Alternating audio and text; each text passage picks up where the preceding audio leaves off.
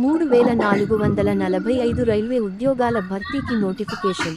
RRB under graduate కింద 3445 ticket clerk -2022, typist -361, junior typist -990, train clerk -72 ఉద్యోగాల భర్తీకి notification విడుదల చేసింది.